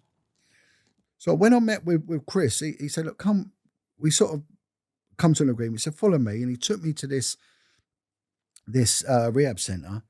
And as he was walking through, people were hugging him and, Chris, I want to go back on the crack. And he was taking time and talking to him, and I'm thinking, he's a good man. And it really humbled me. And I went, Chris, what do you need? He went, this place needs money. I went, I'm going to get you money. So I went out there and started doing these mental charity things. I cycled, I walked my dog from London to Manchester on the canals to raise money. I swam around the Scilly Isles and all that. I raised a lot of money for him and started doing stuff with him. And it started getting bigger and bigger. Now, the people I started interviewing, and 1 in 10 started saying something. They said, talk about satanic ritual abuse. And I didn't really know what it was. So 1 in 10 would say, look, my parents were Satanists and they would take us to these places, and they all said the same thing, these rituals. One woman gets in touch with me and she said, I was a prostitute on the street with them girls. You know them girls you were dealing with? So did they ever say about parties? I went, yeah, they were taken to sex parties. She went, I would organise them sometimes, John. She said, I was on the street as a prostitute and a guy offered me a free heroin, but I had to go to a church in Virginia Water in Surrey. And I went there and I didn't know why, but I went there. They gave me heroin. But there was like a church service, but it weren't of God. They were worshipping the devil. And there was a baby there and they killed it and they took the blood and I had to drink it. And she said, I drank it. And after that, I become very psychic and I started doing work for this coven. And then they were all eating bits of the baby, the blood went everywhere. And she said, what was the church called? Can you remember? I don't know. But I said, have you told the police? She went, yeah, I've been interviewed by the police. And she said, because it was so long ago, there's no evidence. I said, you can't tell me these things and not tell the police. And so I spoke with her, and then another girl come forward and I interviewed her, put her interview out there, and she said the same thing. And I started getting inundated. And one woman contacted me. She said, my parents were Satanists. And one day, and she's a therapist now, and she wrote about this in a book. She's written about it. She's born-again Christian therapist. She said there were 6 babies, and each one was for a different purpose. So it could have been one was for a footballer, Premiership footballer, to make it to the big time, and paid a lot of money, big money. One was for this, one was for something else, businesses to prosper. And I had to cut their throats. And then another woman told me where they'd gaffer taped a letter opener to her hand, and she had to stab a baby girl in the vagina and kill it. And I said, you need to tell the police on both occasions. And they did, tell the police, but because they were under the age of 9, that's what they was used for. And I started hearing more and more. And then a charity that dealt with street prostitutes gets in touch. And I get a letter come through my door at once, and I open it. It's a statement. It's a police statement. And it's from a prostitute who said that a guy approaches on the streets of London, and instead of using condoms with a punter, she's not to use condoms, and she'll be paid £2,000 to get pregnant. And she was given free drugs. So she was given free drugs. She gets pregnant by a punter because some of them like that. And so what she does then is she gets pregnant, and then she goes to a clinic in West Brompton, and the baby is taken from her. And she said, I know it's used for ritual. It's not just me, there's other girls doing it. So it all started getting corroborated. And then I started getting people from West African community, and I started talking to people, the ex-Cuban from Santeria, and it just become crazy. But I then started getting attacked on organised trolling. I got attacked by Private Eye magazine started to attack me. There's a journalist there she's a doctor of journalism, and she goes around giving talks that satanic panic, Satanism is a load of lies and all that. And then I was given a list called the RAINS list, RAINS, and I was told to read that. And it's Ritual Abuse Information Network Support. And it was a doctor called Dr. Joan Coleman, a leading therapist at the Maudsley Hospital in Brixton, Right. and that deals with mental health trauma. But it was for people with multiple personalities. So the survivors of sexual abuse had trauma, had anger. But the survivors of satanic abuse had a thing called DID, multiple personalities, split personalities. And they would have these alters, which were another version of their character, but would usually have a childish name. So one woman had the name Sparky and Drippy. And what that meant was they would be tortured, the kids, at an early age. So she'd be electrocuted. So to deal with the pain, she created this character called Sparky, who liked electricity. And Drippy, who liked being drowned. So whenever she would be drowned or electrocuted, this character would kick in. But they were all childish names. And if you spoke to her, she would actually revert to a child as you spoke to her. She would change in front of your eyes. And someone said, well, it's bullshit. I said, no, it's not. If you get someone who is going out for the night, a woman, right, for example, she's going out, she gets sleep, she has a shower, does her hair and all that, and she looks great, right? The next day, she's not slept, she's been out, she's been drinking, doing drugs, doing this, been raving for 2 days. Is that going to look the same? No, it's not. It's going to look harrowed, worn out. Same person. Right. No cosmetics. This is the same person. It's the same with these people. That's how, but their characters will change. So Joan Coleman, what she did was she realised that these people are different. And they all started saying the same things. They said it wasn't just that they were sexually abused, but they were taken to ritualistic venues, churches, manor houses, places like that, where there was the worship usually of Satan or one of the other deities like Lucifer or Baal or... And what do they get out of it by doing this? Power. The demons reward them, and they will get ahead up in business. They will get luck. They will keep a partner. Many reasons, selfish reasons. Right. But they would say, but there will be sacrifices. So the blood will give the power. An animal is lower power. A human is good power. You've got the guy Aleister Crowley, who openly states about a boy under the age of 8 is a perfect sacrifice. And who's Aleister Crowley? Google him. He was a friend of Winston Churchill's. He even, what's his name? Ozzy Osbourne's got a song called Mr. Crowley. Right. And he was basically had his own form of religion called OTO. And it was Satanism, but it was his mashup of Satanism. A member of the OTO was Bob Geldof's daughter, who died, Peaches Geldof. Do you remember of it? Right. Wow. Now I'm going to tell you something interesting. And I'm coming to something really good for you. Love it. Very good for you. Go, Johnny. This is one I've saved for you, Terry. And they started mentioning places and people. A lot of it's centered around Hampshire and the New Forest. And so journalistically, and she was a clever woman, she was no mug, she knew that if 2 or more people independently said the same thing, it was journalistically corroborated, she'd put it out there. It's a 16-page document. You can get it online. Please, I implore you, look at it. RAINS, Rain's Satanic List. It's 16 pages of a who's who. My old boss was on there. He's named on it, right? Celebrities. There's Mark. I'm not on there. No, you're not. No. But I think it finished in 2003 was the last one. There's people like Michael Barrymore on there, Elton John's on there. They're named on this document. I'm not making allegations. I'm saying what is on a public document. It's never been disputed. It's never been properly attacked. And it's out there and it holds water. When a guy gets in touch with me, so I take part as a researcher for a documentary that's going up by a big mainstream film company, right? Get in touch with me and said, we'd like to help. We've seen your work. And it's a big name. It's a big name, this lot. And for about 8 years, they've been putting out, researching this and interviewing people. So they said, if you've got anyone or anything, please put them in touch. I said, yeah, I've got quite a few people.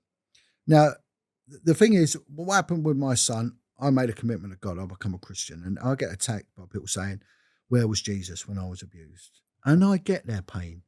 You go on about free will. Where was my free will? Where would God abandon me? So they don't tend to go to God's. And it's a difficult one, but they're up against the demonic. And these rituals are all an attack, an antithesis of Christ. So if you look at the world, having been through this, there is a light side and there is a dark side. Of course there is. Now, and with this thing, right, someone said to me, what's interesting, have you ever heard of the term anti-Buddha? No. People going about the universe. Anti-universe? No. Anti-Allah? No. Anti-Muhammad? No. Have you ever heard of the term anti-Christ? Yes, we have. Because Christ is a living God, which is the enemy of the darkness, right? And what they do is people can be tortured and mind controlled, not to talk, right? And they clam up, they can't, or the altars kick in, or they become suicidal because they've been tortured and they've been treated so appallingly. The Nazis used this mind control technique, MK Ultra they call it. But the one thing they can't stop people from doing is drawing. So I started getting artwork from people. Some of them are phenomenal artists, and there's a whole gallery of survivors of ritual abuse, and they've done artwork, and some of it's fantastic. And I started investigating it independently, and we even found a grave where a child was murdered from the artwork. It was that good. It was incredible. So a guy gets in touch with me, and he said, look, I'm a survivor of ritual abuse. My parents were Satanists, and I have murdered children. One of them, they used me to murder kids. And he said they also used me to entrap girls, and then they'd be kidnapped and you'd never see them again. So he gave me the name of two girls that went missing, and I did pass it on to the police. Nothing happened.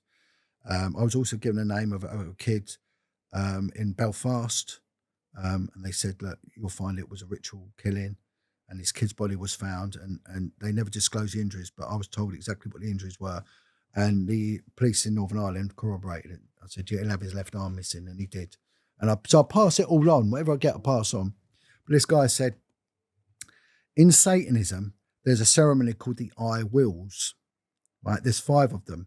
And if you look at the book of Isaiah, which is an Old Testament book, and it's basically a Bible in its right. So the book of Isaiah is an Old Testament book, but it's got an Old Testament and New Testament. It predicts Jesus, the Antichrist, the book of Revelations. They're all in this small book in the Old Testament. It's like a condensed version. Right. And there's a bit called the 5 I Wills where the devil is proclaiming his right over the earth, because biblically they said the devil is a prince of the earth, right? God's the ultimate power, but the devil's running the show. That's why it's dark and dirty. Right. And the devil proclaims 5 things. I don't know what they are. And it'll be, I will rise above the skies. I will this, I will that. Ultimately, I will be like the Most High. So it won't be God, but it will be like it. And it's a replication of God. It's a bastardization of God and Christianity. And he said, in Satanism, each I will is a 13-year gap in the ceremonies. Right. So your first I will you take. So if you're in this club, yeah, Satanism.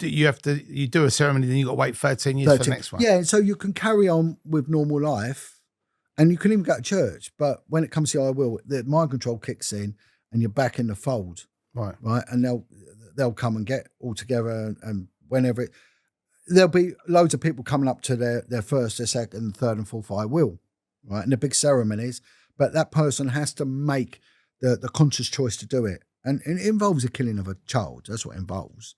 And but sodomy is a big thing that's involved in it. So he said, just before you first I will, these high up priests will come.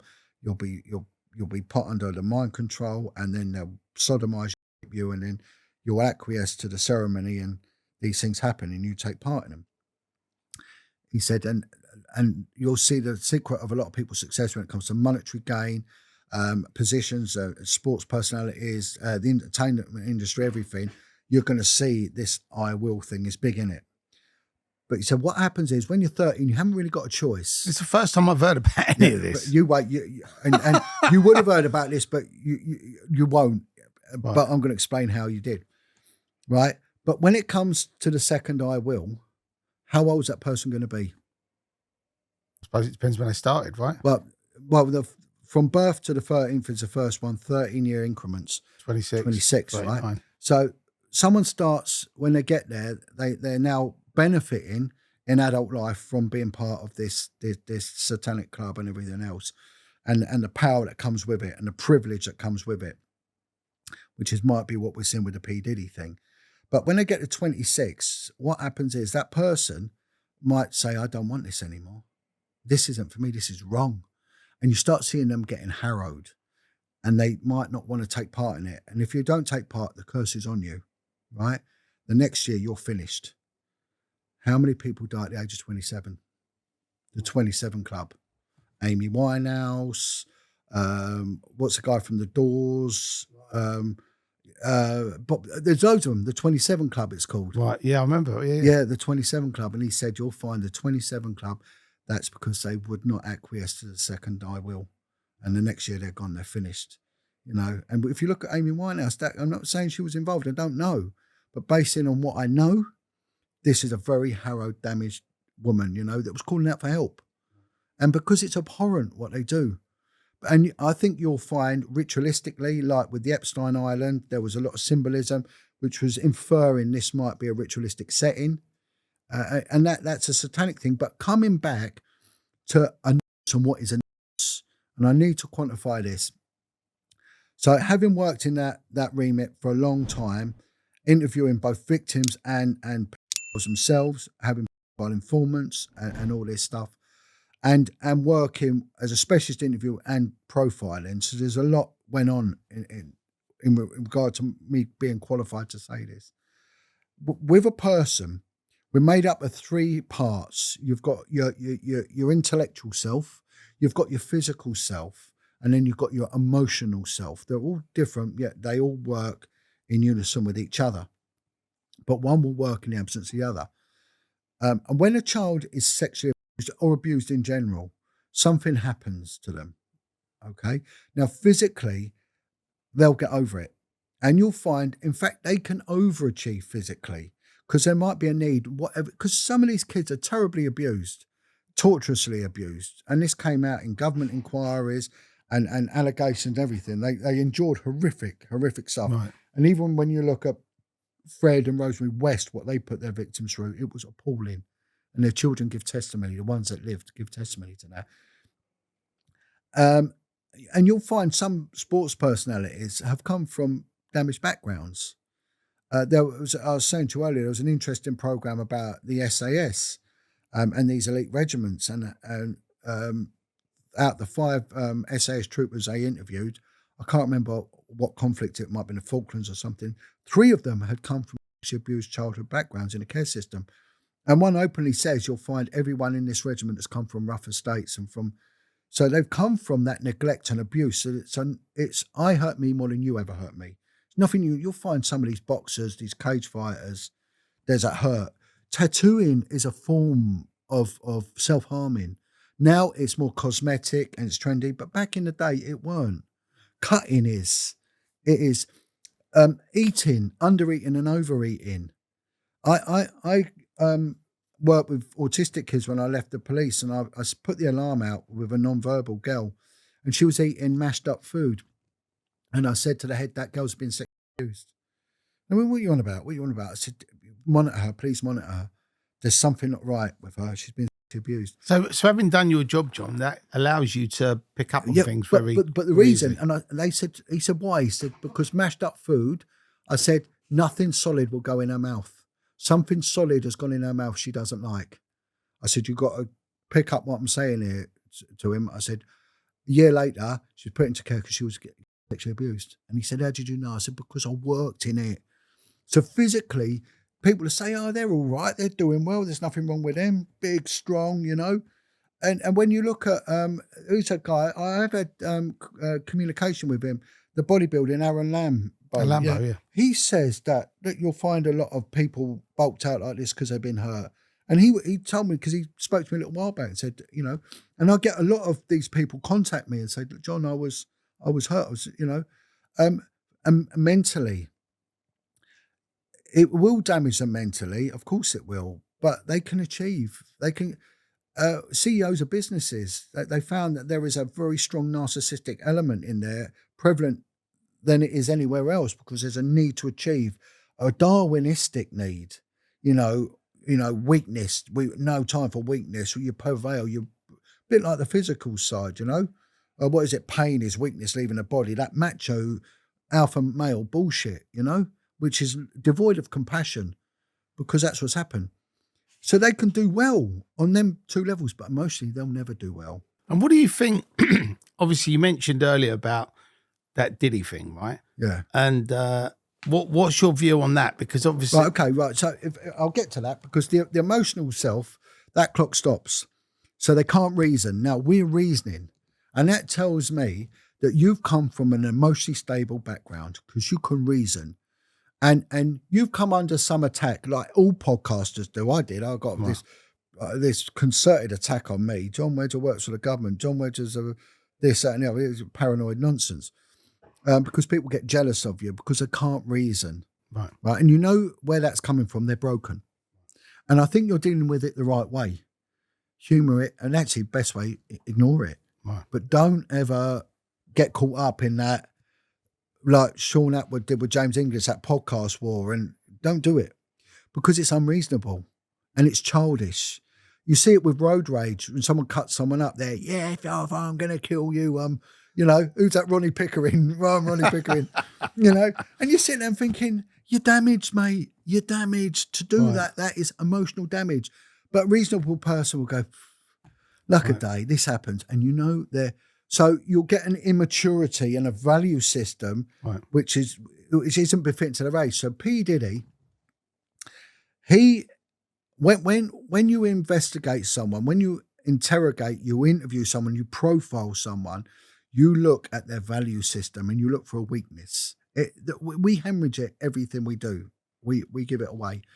The golden rule with dealing with pedophiles is you don't tell them anything about yourself, because they're clever and they're manipulative. And they will know by what you're talking about what's going on in your life. You'll even find out what your sexual liking of someone is, your age of someone. You get with girls will put cool, you pick up on things after a while, and that could be a weakness. Let's go for it. Let's go down that line. So the golden rule with dealing with is tell them nothing, but you observe everything. Now, his guard dropped when he kicked the daylights out of his girlfriend. I remember that. That was in that. That was. But the weird thing is, it took so long for that footage to come out. Someone sat on that for 20 years or 15 years. But now they know it's all coming on top, right? And so rats are going to jump off the ship, So he screwed up in two ways. Firstly, a man in his 50s having a girlfriend 3 decades his junior. That's not right. And it's not illegal, but it's not right. Why would he have a need to do that? To show everyone who he is, that he can still sexually please a girl and all that at your age, mate. It's wrong. It is wrong, but it's not illegal. And some people like older women, don't they? And all that. I'm not saying, but and then he goes. Does that make them weird then? If they're like 8-year-olds, if they go too old or too young, they're weirdos. Yeah. So it's. But you pick up. There's always a reason, isn't there? There's always a reason why, and so he goes on about his mum a lot, right? He lost his virginity at 12. So why is he 12? I mean, what was you doing at 12? I mean, losing your. I think when I was 13, I wanted to lose my virginity, but I had to wait till I was older. I think all 13-year-olds want to lose their virginity, but I mean, but 12, and the emphasis had been put on. He goes on about pornography, and he wanted to be like a porn star. Why is his emphasis at such a young age been on sex? Well, because someone's awoken that. Well, also what you got to remember, for anybody that's watching this, that's not our age, John, pornography when we were growing up, magazine in was bush, like if you could reach the top shelf, you might be able to look at some naked women, but you didn't really have any pornography. Like now, you could just go on Google and just type in something, and you got it instantly. But back then it was so for him to be talking about that that's then right. is weird. They're more sexualized now because they can watch whatever they want and unabated. No one's going to catch him. It's on the phone, and that's it's a destruction of morals. But so he's got an over sexualization. He's not the best looking of guys, right? And I'm not saying that we should all be like that, but that he's not. So he will have to try that little bit harder. And he's. I think the super yacht and the billion in the bank helps. Yeah, that does it. It's all that embellishment, isn't it? It's all that embellishment. But you can see that he's a broken man. But when he attacked his girlfriend, right, that's a domestic violence perpetrator. Now, where's that come from? Right? That would tell me straight away there's an issue with women. Right? That would tell me that the lioness hasn't protected cubs. So there's a rejection and abandonment by his mother and an anger towards his mother. There's a coercive, controlling element because he has no control, because his mother probably took that away from him because she was probably controlling. And when you see him now, his mum's you can see that in the pictures and the dialogue that comes out, that there probably is that coercive, controlling and sexualized element. I call it Oedipal between him and his mum. There's something that smells rotten now. Reverse that. What if that was a dad doing it to a girl? Right. It don't sit right with me. But he's got himself like Savile. He's a fixer. He's a fixer. He gets them in. And you'll probably find that there's a homosexual element to this as well. But they've already mentioned that. There's been quite a lot of stuff. I know 50 Cent has been quite vocal on social media about saying that. You know, there is a homosexual. But I don't know if he's doing it to dig him out or whether there is actual people. Well, I don't think he would. Right. But there's a brokenness in him. His value system is all about the glim, the bling, the glitter, the glamour, and all that. Because it's saying that he's never going to get out of prison. I mean, do you think that that's over dramatizing it, or do you think that's well? What will be happening, in my opinion, is this, right? So when I started becoming quite a public figure, and again, I don't want to in any way big myself up. I don't want to do that because I'm not about that. But I was getting these groups coming to me from all over. I was getting biker groups, ex-military veteran groups. They said, why don't we have a day of protest, right? Get all these care home survivor groups together. And I got the retired guards wanted to walk down with their pipes, and the Gurkhas wanted to do it. And one of the biker gangs said, we're going to put security up. Black cab drivers said, we'll go. And I organised this thing. And the next thing I get a call from the intelligence services say, you ain't doing this. It ain't happening. You're becoming influential now. You're an honourable guy. We like you. There's a couple of people in here know you. Stop it. It stops now, right? So because I could politically cause a problem, an influence, all right? If you see what's happening with Robinson, he's become politically influential. right? So they're going to jump on board and they're going to be manipulating things, right? But What do you think will happen? Because obviously, I know he's recently been put in jail. Do you think because he's openly said that he's worried about his safety? I mean, do you think he'll be all right? Yeah, because there's a lot of concern over him. And so whoever it is, they'll be accountable. There's a vicarious liability issue here. I don't think he'll be killed, and I think he will come out. Right. But he's going to get the raw end of the deal because of who he is. Right. And you can't make a mockery of the court and they think he's made a mockery. Right. But P. Diddy, he's in a situation now where the intelligence services are going to be nutting into him. I'm telling you now, one of my jobs I had was that because I was getting so much information in, I was getting used to recruit informants. So when anyone's in trouble, like he's in trouble, I would be sent in. So there was a guy that was linked with the Turkish and the Kurdish mafia, was in a lot of trouble. I put him in prison over, and he wants to cut a deal. In 1 week, I got 360 kilos of heroin, and it caused a massive problem. Good purity, 96% purity. And the Kurdish mafia said, that's it, he's done. Jon Wedger, shoot him. And a guy was sent to shoot me. Luckily, he actually turned and he was in a kids' home in Cyprus, and he knew that I was doing stuff with the kids, and he wouldn't do it. And, there was an undercover officer as well working. So, who was the guy that you told me about who got beheaded? Yeah, a guy called Chetin. And that was in Epping Forest. Yeah. So he said Jon Wedger's finished. Was he to do with that as well? Yeah. I nicked the win. Right. And they weren't happy about it, And it was a lot of win. How much is that worth? It's got to be... it was in the tens of millions. It was a crazy time. I'll finish with Diddy and I'll tell you about that, because that Turkish was a Jamaican threat. They couldn't even get out of bed. Was the Turks? They were They were on it. They were dangerous. But the Turks grass on each other. I've never known a race grass like they do. They've got no loyalty. And I might be generalising, I don't know, but I'm only going on my experience. If we was here talking now, right, and he goes out to the toilet, you'll say, look, go around his house, there's 10 kilos. And then you go to the toilet, you'll say, go around in his car, there's 8 kilos. And that's what they were doing. They were shocking. I've never known disloyalty amongst them. But so I'll go into prisons when someone's in trouble and say, right, the tail don't wag the dog. I can help you, but you've got to give me bigger than you're involved in.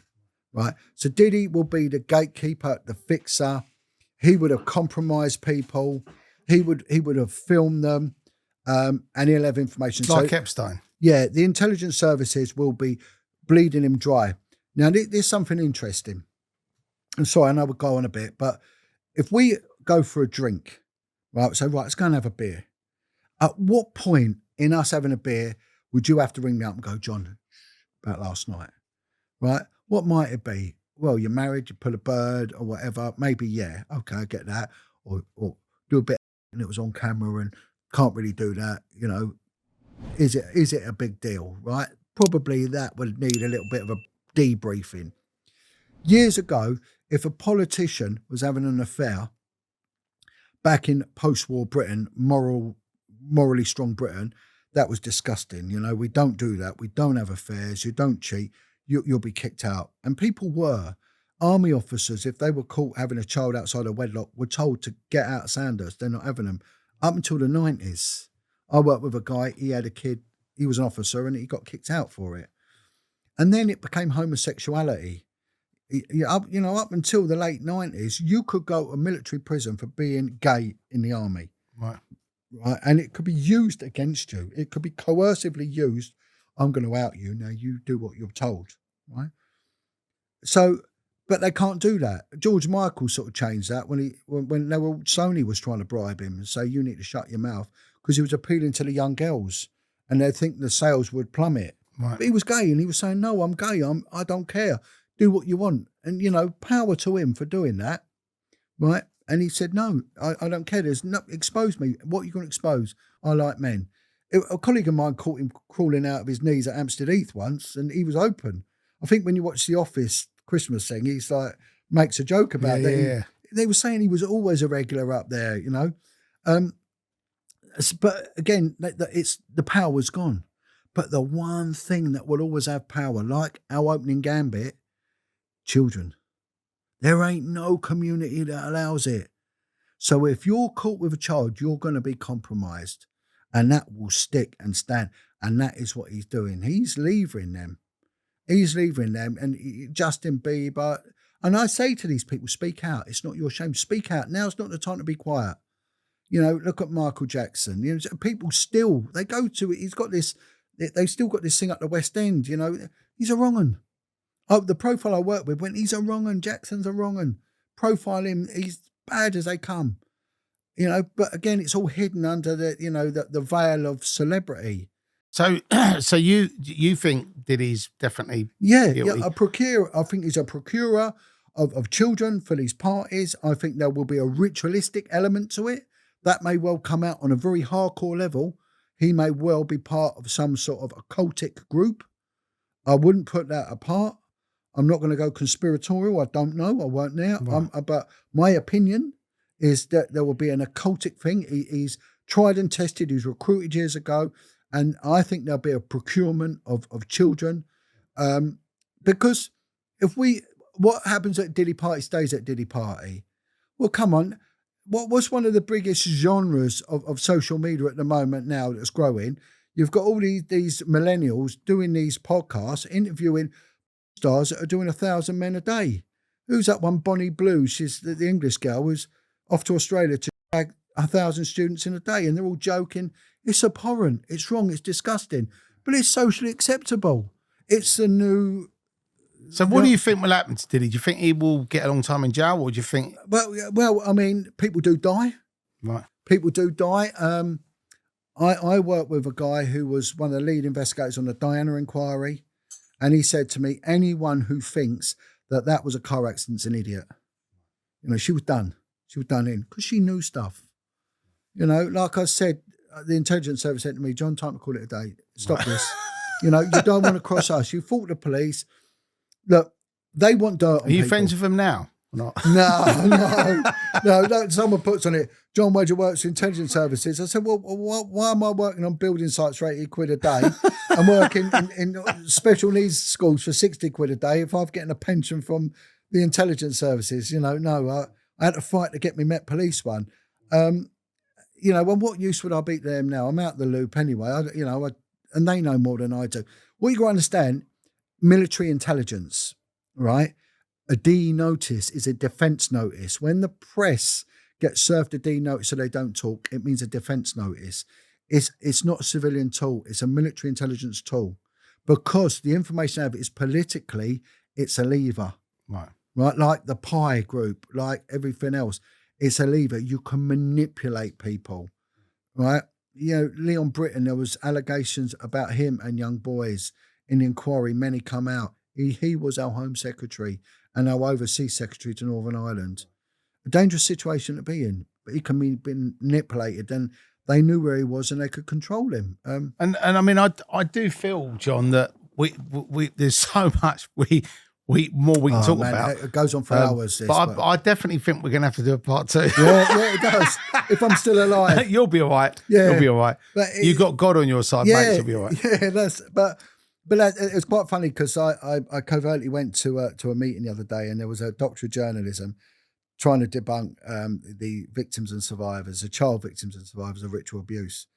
And she's got all these bizarre sort of pro-satanic people at this talk. Right. And she's gone on about Donald Trump and Pizzagate, and it's all false and all this.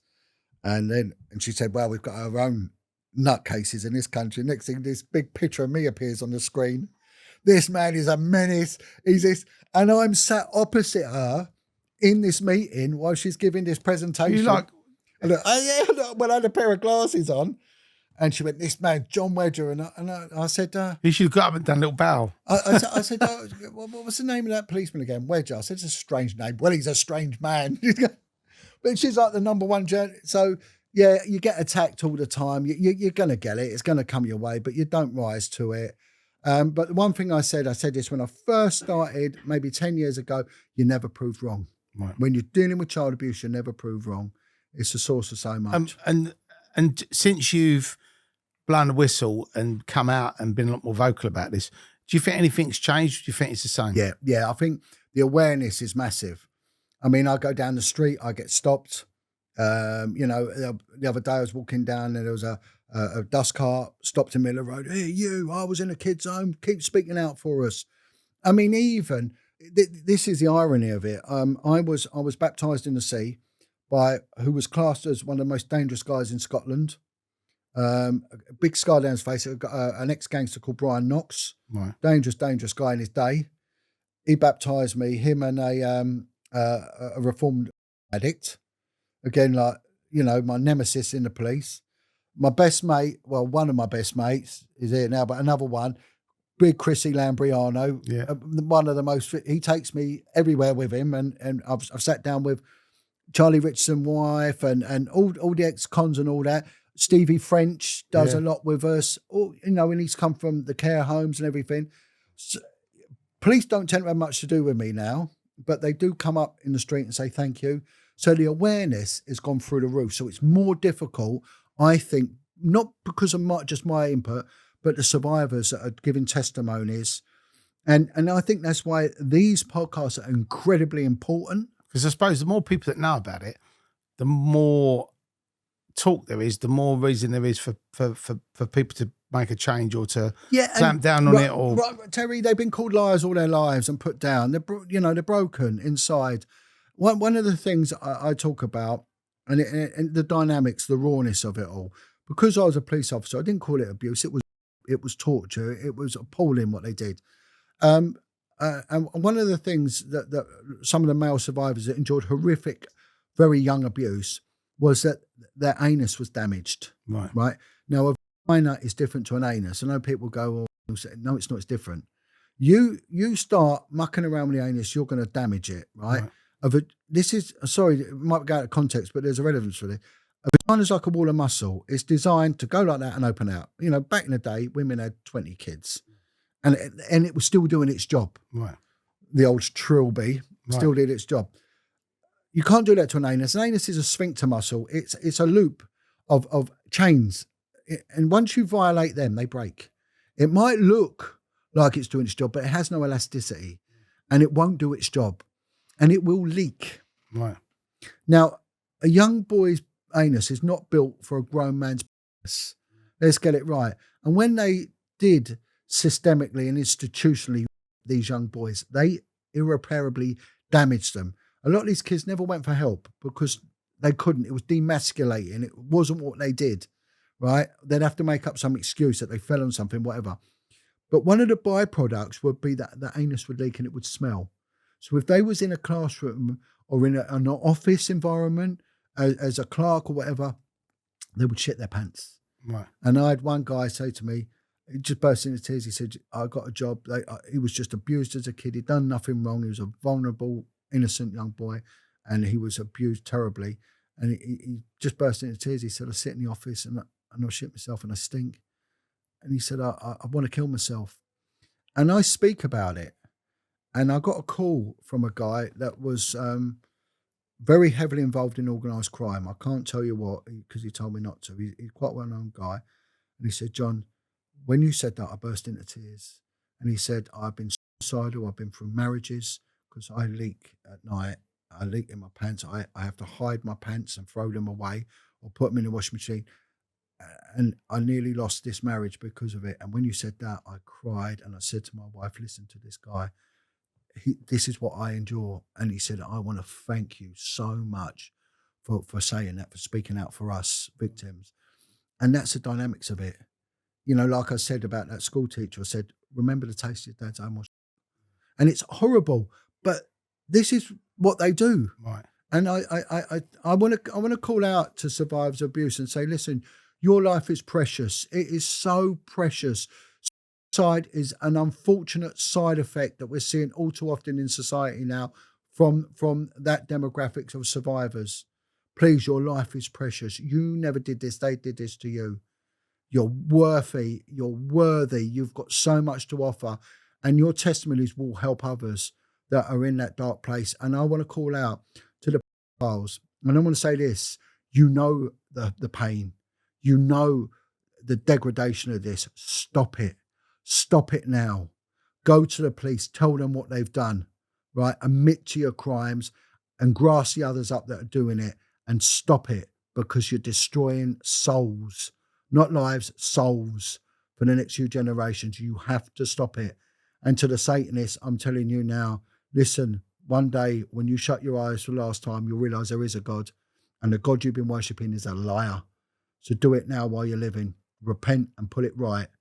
You know, and that's that. But I don't want to rant, but it's been a journey. No, it's been good. And one thing I wanted to ask you, John, have you written a book? Yeah, I'm in the process. Right. Because it'd be probably like free, wouldn't it? Yeah. You know, I mean, I've started doing it. I'm on the process of a rewrite. But yeah, no, I'm on that.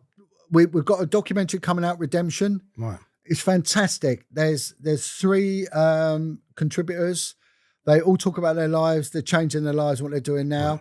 We've got Big Chrissy Lambriano. Yeah. Right. Telling he's powerful as they come. We got a guy called Ez Catel. Have you ever come across Ez Catel? Ez Catel, he was probably the most feared enforcer in the East End. Right.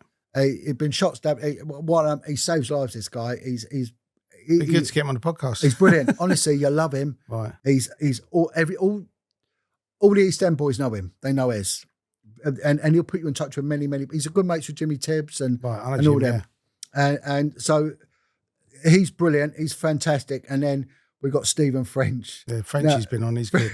French, it was really weird because there's 3 questions. Who was you? What was your change? Who are you now? Right.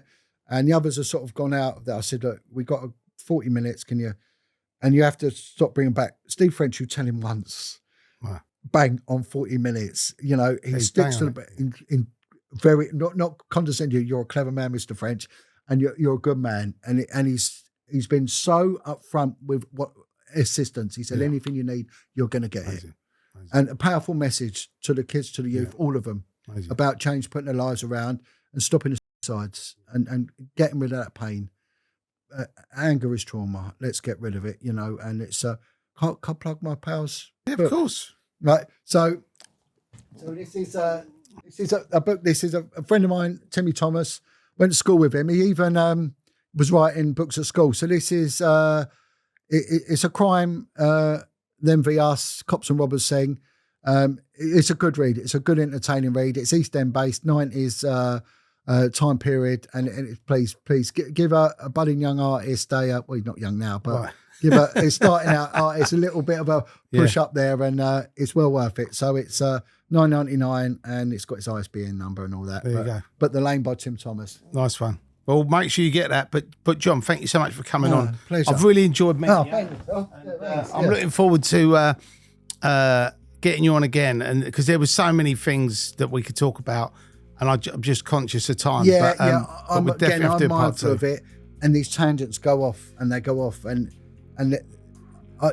go on about the government, how the government are involved, why they cover it up, and there's always a reason, But what I will say, that in the words of Edmund Burke, in order for the triumph of evil, it takes but for good men to do nothing. So let's not be part of that group that does nothing. Let's do something, baby. Do something. Go and do something. Thanks so much for tuning into the Criminal Connection podcast. Jon Wedger, what an interesting guest. What an amazing life and what amazing stories that he kindly shared with us today. And I want to say, make sure you tune in next week. We've got another amazing guest. And make sure you like, subscribe, and we will see you on the other side.